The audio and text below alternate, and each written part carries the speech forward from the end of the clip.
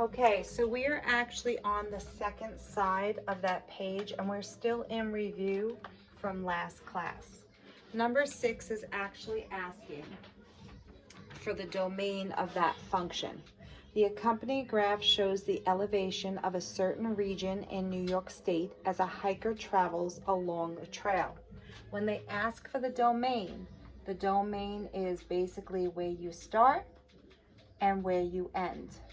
So when you look at your chart, you're starting basically at 0 and you're ending all the way across at 12.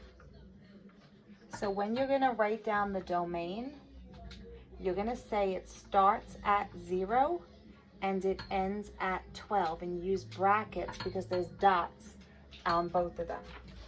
Okay, the next one, number 7, the picture is sort of drawn for you, not so accurately or labeled, but we can figure it out. Number 7 says, find the value of f of -1. So you start at the origin and you travel to the left to -1, and you have no choice but to go up. You're looking at the y coordinate, which is 1. That's your answer for the problem. In number 8, when you do this, f of 2 means start at the origin, travel across to 2, and you got no choice but to go up to hit the graph. The y coordinate there is the number 3. Then for number 9, f of -4 means you're going to start at the origin, you're going to travel across to -4, and then when you get there, you don't have to go up or down because you're on the graph. The y coordinate is 0. And that takes care of function notation using a graph. Now, number 10 is a little bit different. You're not using a graph, and you have to understand what this means.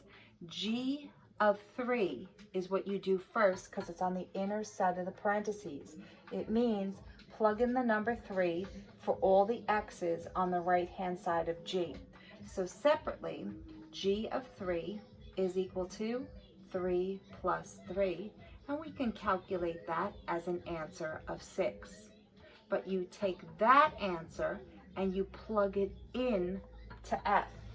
So what you're really doing in the end is you're looking at f, the outer function, and you're plugging a 6 in. So f of 6 is going to be equal to 6 squared minus 2, but 6 times 6 is 36, and 36 minus 2 is 34. And that takes care of the answer for number 10.